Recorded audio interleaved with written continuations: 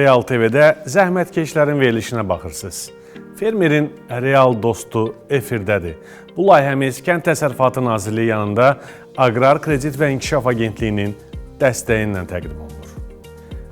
Əsas mövzuya keçməzdən əvvəl aqro xəbərləri izləyək. Kənd Təsərrüfatı Naziri Məcnun Məmmədov Tərtər və Bərdə rayonlarında yerləşən intensiv bağçılıq və heyvandarlıq məhsullarının fəaliyyəti ilə tanış olub. Səfər çərçivəsində nazir əvvəlcə bağçılıq və əkinçiliyi ilə məşğul olan Aqropat MMC-nin Tərtər rayonunun Kəngərli kəndi və Suqovuşan qəsəbəsində yerləşən təsərrüfatlarına baş çəkib. Məlumat verilib ki, şirkət 236 hektarda intensiv bağçılıq fəaliyyəti ilə məşğul olur və əsas məqsəd yüksək keyfiyyətli gilas, şaftalı nektarin, ərik və xurma istehsal etmək və istehsal olunmuş məhsulları həm daxili, həm də xarici bazarlara ixrac etməkdir. Nazir Məcnun Məmmədov günəbaxan yağı və tum istehsalı müəssisələrinin fəaliyyəti ilə də tanış olub.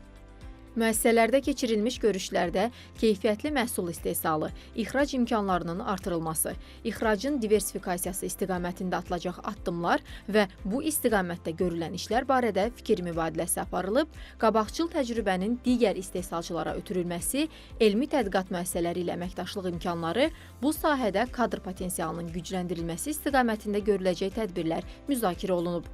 Daha sonra Nazir Məcnun Məmmədov Aydın Aqro MMC-nin Bərdə rayonunda yerləşən heyvandarlıq kompleksi ilə tanış olub. Bildirilib ki, südlük istiqaməti üzrə ixtisaslaşmış kompleksdə 1300 baş Holstein Fris cinsli heyvanlar saxlanılır. Kompleksdə ildə 6570 ton yüksək keyfiyyətli süd istehsal olunur. 4 tövlə, qaraj, silos quyusu, ambar və əlavə yardımçı binaların mövcud olduğu heyvandarlıq kompleksi tam avtomatlaşdırılmış sağım sistemləri, heyvanların sağlamlığını izləyən sensor texnologiyaları və yem istehsal avadanlıqları ilə təchiz olunub. Görüşdə şirkətin gələcək planları, genişlənmə imkanları və bu istiqamətdə görülən işlər barədə fikir mübadiləsi aparılıb. Azərbaycanda meyvə bağları və giləmeyvə əkinlərinin dövlət dəstəkli sığortalanması prosesi davam edir. Artıq ölkə üzrə çiyələk əkinlərinin aqrar sığortasına başlanılıb. Ölkəmizdə çiyələk plantasiyalarının sahəsi ildən ilə artır. 2023-cü ildə 313 hektar, 2024-cü ildə isə 221 hektar yeni çiyələk bağı salınıb. Hazırda Azərbaycanda 4256 hektar sahədə çiyələk və digər giləmeyvə növləri əkilib. Bu əkinlərin 4000 hektarı artıq bara düşüb. Çiyələk ən çox Cəlilabad, Lənkəran, Masallı, Şəmkir rayonları ərazisində əkilir. Çiyələk plantasiyalarında illik orta məhsuldarlıq 10 ton hektara yaxın təşkil edir. Cəlilabad rayonu üzrə ötən il rekord səviyyədə 32 ton hektar orta məhsuldarlıq qeydə alınıb. Azərbaycanda dövlət dəstəyi ilə təqdim olunan aqrar sığorta mexanizmi çiyələk əkinlərini çoxsaylı risklərdən, doludan keyfiyyət itkisi, fırtına qasırğa, sel su basma, üçüncü şəxslərin hərəkəti, vəhşi heyvanların hücumu və sair hadisələrdən sığortalayır. Verilişimiz davam edir. Fermerin real dostuna baxırsınız. Hörmətli tamaşaçılar, dəyərli zəhmətkeş fermerlər. Çox maraqlı bir mövzuya toxunmuşuq bugünkü Fermerin real dostunda. Agrokimyəvi analizlərdən danışırıq. Sizin təbirinizcə desək, torpaq analizləri xalq dilində.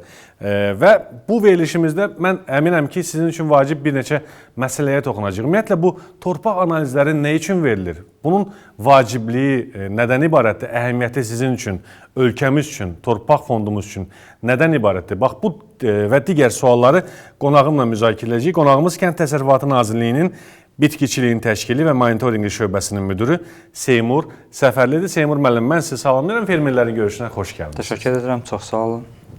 Seymur müəllim, mövzunun aktuallığını nəzərə alaraq biz bu məsələyə yenidən toxunmaq istədik Fermerin real dostunda. Hər zaman deyirik ki, mən dəfələrlə öz əvvəlki verilişimdə digər qonaqlarla da danışanda demişəm, bu və ya digər mövzuda torpaq analizləri və xüsusən də subsidiya məsələlərində aktualdır bilirik. Yəni, agrokimyəvi analizlər vacibdir, əhəmiyyətlidir. Yaxşı, bunu əhəmiyyətli eləyən nədir Seymur müəllim? Sizdən eşidək, bir mütəxəssis kimi. Gəlin ilk öncə aydınlaşdıraq ki, torpaq nədir? Torpaq fermerlər üçün bir kənd təsərrüfatı bitkilərinin yetişdirilməsi üçün bir sahədir. Daha geniş götürsək, torpaq canlı orqanizmlərdən ibarət olan bir sistemdir. Yəni torpaqda milyonlarla bakteriya, canlı orqanizmlər, həşəratlar vardır. Və bu torpağın canlı qalması üçün biz nə etməliyik? Öz əlimizdən gələn eləməliyik ki, bu torpaq daim canlı qalsın, fermerlərə uzun müddət xidmət etsin və fermerlər oradan daha yüksək gəlir əldə edə bilsin. Həm də gələcək nəsillərə qalsın. Bəli, gələcək nəsillərə canlı qala bilsin. Və bunu da canlı etmək üçün ilk növbədə biz bilməliyik ki, burada hansı proseslər baş verir. Yəni qida maddələrinin miqdarı bizim bitkilərin yetişdirilməsi üçün kifayətdirmi? Orada olan duzluluq miqdarı nə qədərdir?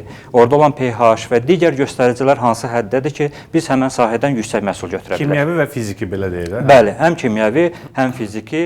Ümumiyyətlə analizlər həm bitki analizləri, torpaq analizləri, su analizləri və müxtəlif qruplara bölünsə də, fermerlər üçün ilk növbədə torpaqda olan bitkini yetişdirmək üçün lazım olan qida maddələrinin miqdarı başa düşülür. Bəli. Qida maddələrinin miqdarını müəyyənləşdirmək yolu isə aqrokimyəvi analizlərdən keçir.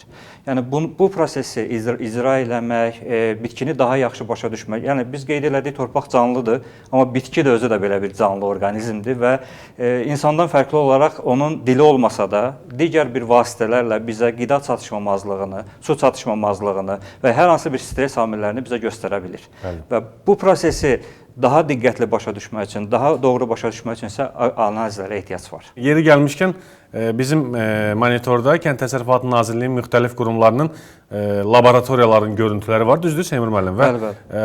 Belə deyək də, burada müxtəlif proseslər, yəni xüsusən də laborator analizlər gedilir. Bu xüsusiyyətlər, analiz xüsusiyyətləri hansılardır? İstəyərdim daha detallı və həm də xalq dilində izah eləyək. Tamam. Fermerlər üçün ilk növbədə təqdim olunan aqrokimyəvi analizlər paketində ilk növbədə torpağın üzüm maddələrlə təmin olunması, bu humus dediyimiz bir göstəricidir. Torpağın pH göstəriciləri, torpağın duzluluğu, eyni zamanda azot, fosfor və kalium kimi əsas qida elementlərinin nisbəti analiz olunur ilk növbədə. Yəni bunları bilməyimiz olduqca vacib məsələlərdən biridir. Yəni əgər bir sahə götürsək, kiçik bir sahə götürsək, 1 hektar, 2 hektar, yəni fermer orada hər hansı bir əkin eləmək istəyirsə, ilk növbədə bilməlidir ki, hansı bitkini əkməlidir. Bəli. Yəni bütün bitkilər eyni zamanda həmən torpağa uyğun olmaya bilər. Yəni bu pH göstəricilərinə ola bilər, yəni turş ola bilər torpaq və ya duzlu ola bilər, qələvi ola bilər torpaq. Yəni hər bir bitki, bəzi bitkilər turş mühitdə, bəzi bitkilər isə qələvi mühitdə yetişə bilmirlər. Və bu optimallığı müəyyən olunması üçün isə yenə analizlər vasitəsilə müəyyən olunmaq lazımdır. Eyni zamanda duzların miqdarını bilməyimiz. Yəni bəzi bitkilər var ki, məsələn 3-ün üzərində elektrik keçiriciliyi 3-ün üzərində olanda duzluluq, yəni onlar yetişə bilmirlər. Yəni fermer əgər ilk növbədə analiz nəticələrinə əsasən baxdıqda torpağın duzlarla təmin olunması, duzların miqdarını və pH miqdarını gördükdə bizim Kənd Təsərrüfatı Nazirliyinin mütəxəssislərinə, yerli daimlərə müraciət edərək burada hansı bitkiləri yetişdirə bilər deyə bir məsləhət ala bilər. Amma bu analizlər olmadığı halda, yəni biz bunu görüb onlara hər hansı bir tövsiyə verə bilmirik. Çox vacibdir bu, bəli. Bir də bəzən fermerlər, mən əminəm ki, bizə tamaşa edənlərin arasında da belə insanlar var. Bilmirəm indi nə dərəcədə haqlıdırlar. İndi siz daha yaxşı onu izah edərsiniz. Düşünürlər ki, bir dəfə analiz verdim və salam da, yəni torpaq bəllidir də, burada deyək ki, hansı maddələr var və mən nə əkə bilərəm, sizin sözünüzə qüvvət. Əslində necədir? Yəni neçə dəfə bir il ərzində, şərti olaraq deyirəm, neçə ildən bir və ya neçə dövrdən bir analiz vermək məqsədə uyğundur və yaxud da vacibdir, mütləqdir? Ümumiyyətlə, kənd təsərrüfatı fəaliyyəti ilə məşğul olan hər bir fermerlər, yəni biz 2 ildən bir bu analizləri tələb edirik. Amma müasir dünyada və hal-hazırda Azərbaycanda olan müasir aqroparklarda bütün analizlər hər hansı bir bitkini əkmədən əvvəl, vegetasiyanın ortasında və sonunda aparılır. Yəni biz bitkinin müxtəlif inkişaf fazalarında, yəni cüzərtlərdən çıxma, məsələn, boruya çıxma, sümbələ düşmə, digər fazalarında, yəni biz bilməliyik ki, bitkinin tələbatı nədir? Yəni bu da müxtəlif dövrlərdə, vegetasiya müddətində əgər izlənilə bilirsə, daha effektiv olur. Yox, əgər biz 2 ildən bir analiz götürdüyümüz halda, düzdür, 2 ildən bir analiz götürdüyümüz halda torpaqda yəni ciddi bir dəyişikliklər baş vermir. Qida maddələri baxımından da elə bir ciddi bir dəyişiklik baş vermir. Amma ola bilər ki, məsələn, azot gübrəsinə tətbiq olunub, amma yüksək suvarma norması ilə suvarma aparılıb və azot yuyulub daha dərin qatlara gedib və bitkinin hər hansı bir stresə ehtiyacı var. Və ya vegetasiyanın ortasında hər hansı bir analiz aparıldıqda görürük ki, torpaqda azotun miqdarı var. Biz gübrələrdən daha az istifadə edirik və bu da fermerlərin qənaət eləməsinə gətirir. Tamamilə doğrudur. Çox gözəl izah elədiniz həqiqətən. Yəni mütləq deyil, hörmətli fermer, əziz tamaşaçı, əziz o bizi bölgədən, sahədən izləyən dəyərli zəhmətkeş. Mütləq deyil, tələb olunmur 2 ildən bir. Tələb olunmur, bəli. Tələb olunan 2 ildən 2 ildən bir, bəli, bir Amma dəfə yaxşı olar ki, siz özünüz bunu necə deyirlər, məsuliyyətlə yanaşasınız. Fərqi yoxdur, neçə hektar əkirsiniz, nə qədər ərazi əkirsiniz. Seymur müəllimin vurğuladığı, yəni mütəxəssis rəyidir. Seymur müəllim özü bölgələrdə tez-tez olur, fermerlərlə görüşür və bu baxımdan da mən əminəm və bildirmək istəyirəm ki, onun belə deyək də məsləhətləri yerində və doğrudur. Yeri gəlmişkən qiymətlər necədir? Yəni söhbət aqrokimyəvi, yəni torpaq analizlərinin qiymət paketlərindən gedir. Müxtəlif qiymət paketləri var, amma Kənd Təsərrüfatı Nazirliyi tərəfindən təklif olunan qiymət paketi təxminən 28 manat həcmində bir paketdir. Bura dediyim kimi humus, pH, elektrik keçirici, duzluluq və qida maddələrinin miqdarı, NPK-nın miqdarı daxildir.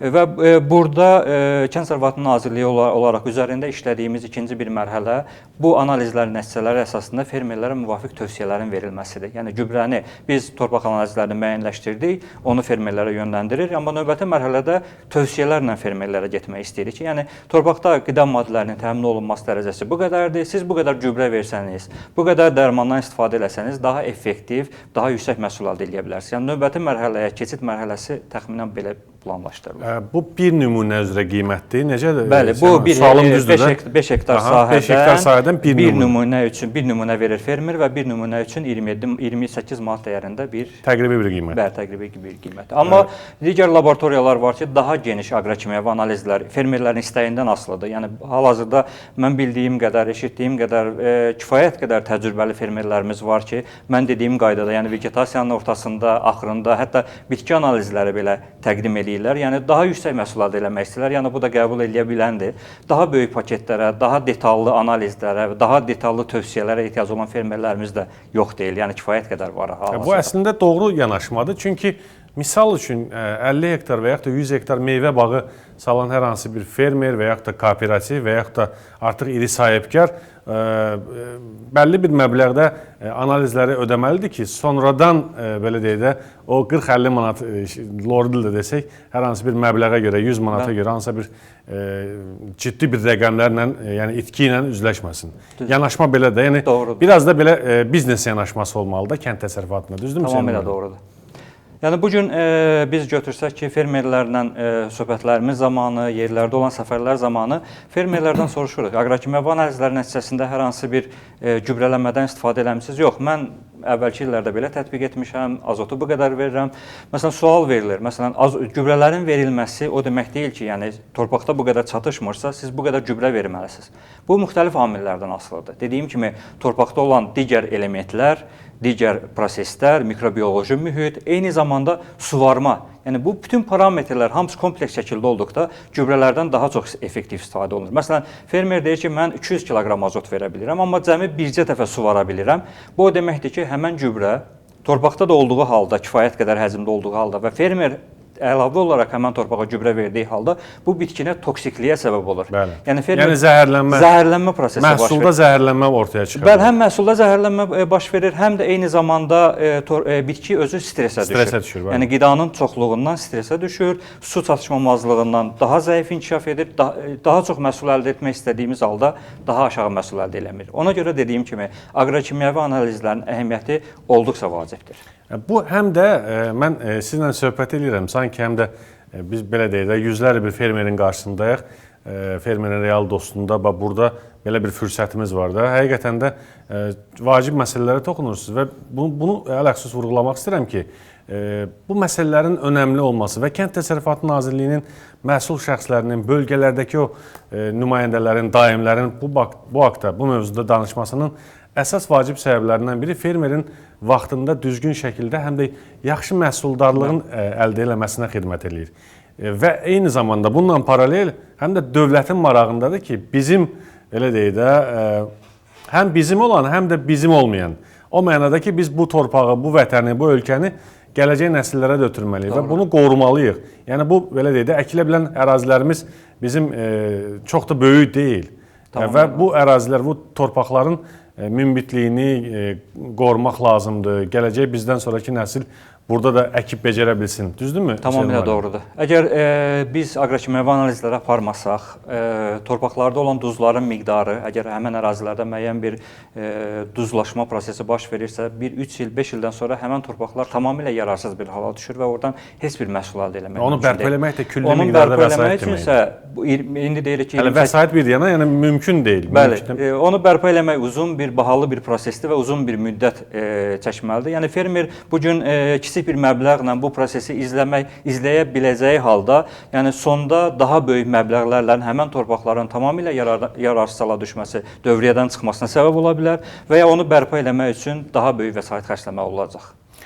Həddindən artıq ümumiyyətlə gübrə verilməsi də torpağa, bitkiyə zərərlidir, ziyanlıdır. Bu biraz əvvəl dediniz, mən bunun üzərinə qayıtmaq istəyirəm. O baxımdan ki, biz ərzaq təhlükəsizliyimizi vacib məsələlərdən biridir. Nəinki ölkəmiz üçün qlobal yanaşsaq. Düşünək ki, misal üçün Cəlilabadda yaşayan bir Əhməd dayı öz ərazisində çiyələk əkir və bu çiyələk nəinki Azərbaycanın yerli istehlakında, daxil bazarında istehlak olunur, yəni yeyilir. Eyni zamanda Rusiya və yaxud da başqa bir ölkələrə ixrac olunur. Düzdürmü? Düzdür. Sabah və ya da birisi gün həmin məhsulun keyfiyyəti ilə bağlı bir problem olduğu, sadə dildə danışıram da, düzdür? Sevim müəllim, siz davamını gətirərsiniz, xahiş edəcəm. Həmin çiyələyi həmin ölkəyə və yaxud da həmin xaricdən, belə deyək ki, hansısa bir sahibkar almayacaq. Nə baş verəcək? Əhməd dayı öz ərazisində, torpaqda həmin çiyələyi əkə bilməyəcək, çünki satıcısı yoxdur, daha doğrusu alıcısı yoxdur. Eyni zamanda ölkəyə valyuta gəlməyəcək. Tamamilə doğrudur. Bayaq qeyd etdiyim kimi, yəni həddindən artıq verilən gübrələr, yəni bitkinin özü üçün də ziyandır. Yəni daha şairimiz Nizaminin dediyi kimi su içilir, amma daha çox içildikdə dərd verir o da. Bəli. Yəni o demək deyil ki, mən kifayət qədər böyük həcmdə gübrə verəcəm və daha yüksək məhsul əldə edə biləcəm. Bəli, yüksək gübrə normaları tətbiq olunur bütün dünyada, amma dediyim kimi bu özüncə arxasınca daha yüksək texnologiyaları, daha yüksək aqrotexniki qulluq proseslərini tələb eləyir. Dediyim kimi su, torpaqda olan mikrobioloji mühitlər, bitkinin sortu, yəni sort özü də önəmlidir. Yəni o sortun özü qida maddələrinə tələbatı nə qədərdir? Nə qədər tələbat? Bəli. Bütün bu prosesləri bildikdən sonra aqrokimyəvi analizlər nəticəsində kifayət qədər normal, həmin torpaqlara, bitki fermerin becərmə qabiliyyətlərinə, bacarıqlarına uyğun olaraq gübrə normalarını hesablamaq olar və daha az gübrə ilə ehtiyatlara qənaət edib, daha az maliyyə vəsaiti ilə daha çox məhsul yetişdirmək mümkündür. Yeri gəlmişkən, Seymur müəllim, bu da maraqlı məsələdir. Bəzən fermerlər deyir ki, biz torpağa filan qədər gübrə verdik, amma məhsuldarlıq yoxdur. Bax, məsələ budur. Məsələ budur ki, o filan qədər, deyək ki, normadan daha artıq gübrəni, belə deyək də, az da pul xərcləmirsiniz, müəyyən bir vəsait. Düzdür, bununla bağlı subsidiyalaşma var, yəni fermerə verilən, belə deyək də, subsidiyanın 75% hissəsindən fermer, yəni 25%-ni biz bilirik ki, nəqdləşdirə bilər, 75%-dən isə gübrə və digər pestisid, digər məhsulları ala bilər. Amma dövlət dəstəyi öz yerində, siz istənilən bir, belə deyək də, gübrəni alsanız, müəyyən bir vəsait xərcləyirsiniz. Bu isə sizin cibinizdən əlavə pulların xərclənməsi deməkdir. Düzdürmü Seymur? Tamamilə doğrudur. Gəlin görək bu gün gübrə normaları nəyin əsasında formalaşır? Yəni fermerlərin tətbiq elədiyi gübrə normaları nəyin əsasında formalaşır? 1. Torpaqda olan qida maddələrinin miqdarı. 2. Bitki tərəfindən vahid məhsulun vahid məhsul istehsalına sərf olunan nə qədər gübrə sərf olunmalıdır. Yəni bu iki parametri biz bildiyimiz halda torpaqda var və nə qədər məhsul götürəcək və həmin məhsul torpaqdan nə qədər azot çıxardacaq, nə qədər fosfor çıxardacaq. Bu iki parametri biz bildiyimiz halda daha rahat, daha optimal şəkildə gübrə normalarını müəyyənləşdirə bilərik. Bu bizə həm toksiklik yaratmayacaq torpaqda, həm bitkidə toksik maddələrin toplanmasına şərait vermir. Eyni zamanda fermer daha az gübrə ilə daha çox məhsul əldə edə bilər. Yəni xərclərini müəyyənləşdirir. Xərcləri müəyyənləşdirir. İlk növbədə bilməlidir. Nə qədər məhsul götürməyi proqnozlaşdırır. Məsələn, 3 ton götürəcək. 3 ton üçün məsələn gübrə normaları tamamilə fərqlidir. 4 ton üçün gübrə normaları tamamilə fərqlidir. Və bütün bu parametrləri planlamanı elədikdən sonra optimal gübrə normaları ilə daha yüksək məhsul əldə edə bilər. Və bu da aqrokimyəvi analizlərdən başlayır ilk növbədə. Seymur müəllim, bölgələrə tez-tez səfər edirsiniz. Yəni sizin şöbəniz bitkiçiliyin təşkili və monitorinqi birbaşa bu işlə məşğuldur. Mənə maraqlıdır. Mənzərə nədir? Fermerlərlə görüşlərdə hansı vəziyyəti görürsünüz və onlara hansı tövsiyələri verirsiniz?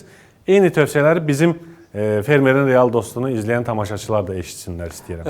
Fermerlərə tövsiyələrimiz ilk növbədə dediyim kimi rayonlara getdiyimiz zaman ilk növbədə soruşuruq nə qədər gübrə verirsiniz?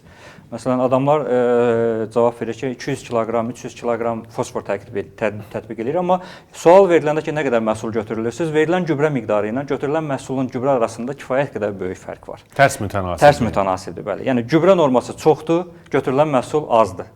Yəni həmin o 2 ton, 3 tondan çıxarılan fosfor miqdarı, yəni 200 kiloqram əvəzinə 100 kiloqram fosforla həmin məhsulun daha bir üst səviyyəsini almaq mümkündür. Yəni ilk növbədə Demək ki, nəsə düz deyil. Bəli, nəsə düz deyil. Nəsə düz deyil, çünki aqrokimyəvi analizlərə və tövsiyələrə riayət olunmuş bir əkinçilik fəaliyyəti ilə məşğul olma fermerlərimiz. Amma buna riayət edənlər də var yəqin. Dediyim kimi, bayaq yaxşı nümunələr var. İnsanlar həm su analizlərini, torpaq analizlərini, düzdür, Kənd Təsərrüfatı Nazirliyi tərəfindən, dövlət tərəfindən bunlar subsidiyalaşdırmır. Amma tanıdığım fermerlər var ki, onlar həm su analizini eləyir, həm torpaq analizini eləyir, həm də bitkidən yarpaq analizləri gətirib laboratoriyalara təqdim edirlər ki, mənim bitkinin yarpağında nə qədər qida maddələri var və mən hansı gübrələri və hansı maddələri, hansı elementləri tətbiq eləməliyəm ki, daha çox yüksək məhsul əldə edeyim. Bu biraz bağçılıqla məşğul olan fermerlərimizdə daha mütərəqqi fermerlər daha yaxşı bu proses inkişaf eləyib və tədricən əkinçiliklə məşğul olan fermerlərimizdə pambıq əkinləri olsun, taxıl əkinləri olsun, yəni bu prosesdə tədricən irəliləyişləri müşahidə edirik. Çox gözəl. Seymur müəllim, mən sizə təşəkkür edirəm. Çox sağ olun. Kifayət qədər maraqlı veriliş halında düşünürəm. Mənim özüm üçün də, tamaşaçılar üçün də, sizə məsuliyyətli işinizdə uğurlar arzulayıram. Təşəkkür edirəm ki, gəldiniz. Təşəkkür edirəm. İstənilən zaman fermerlərimizin istənilən suallarına, istənilən tövsiyələr verməyə, Bitkiçilik Təşkili Monitorinqi şöbəsi olaraq, Kənd Təsərrüfatı Nazirliyi olaraq daim qapılarımız açıqdır. İstənilən tövsiyələrə və istənilən məsləhətlərə daim fermerlərimizi ötürməyə hazırıq. Çox sağ olun, minnətdaram. Sağ olun. Təşəkkür edirəm. Dəyərli dostlar, hörmətli fermerlər, Kənd Təsərrüfatı Nazirliyinin 1652 çağrı mərkəzinin qaynar xətti, yəni bu nömrə hər zaman çalışır və hər zaman zəng eləyə bilərsiniz. Böyük bölgələrdə daimlər var, dövlət aqrar inkişaf mərkəzləri. O mərkəzlərə yaxınlaşa bilərsiniz, elə qonağım da bu haqda danışdı.